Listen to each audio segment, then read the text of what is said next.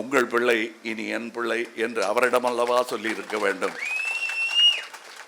இவரிடம் சொல்வது எனக்கான சுயநலம் போல் தோன்றுகிறது.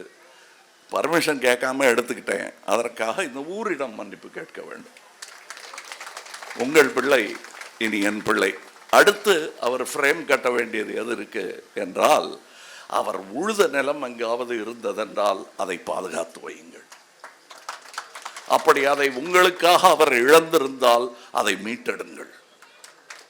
அவர் பணி தொடர வேண்டும். அது உங்களால் முடியவில்லை என்றால் முடிந்தவர்களிடம் அந்த இடத்தை கொடுத்து அதை செய்ய சொல்லுங்கள். அதுதான் அவருக்கு நீங்கள் செய்யும் பெருமை. அவர் சட்டை போடாமல் இருந்தவருக்கு நீங்கள் மாட்டிவிடும் பட்டு சட்டை அது. இது எப்படி எனக்கு இந்த உத்வேகமும் கோபமும் உணர்வும் வருகிறது என்றால், என் தந்தை மரணப்படுக்கையில் இருந்தபோது துருப்பிடிச்ச கலரில் ஒரு கதர் சட்டை போட்டுட்டு அலைவார்கள் அவர்.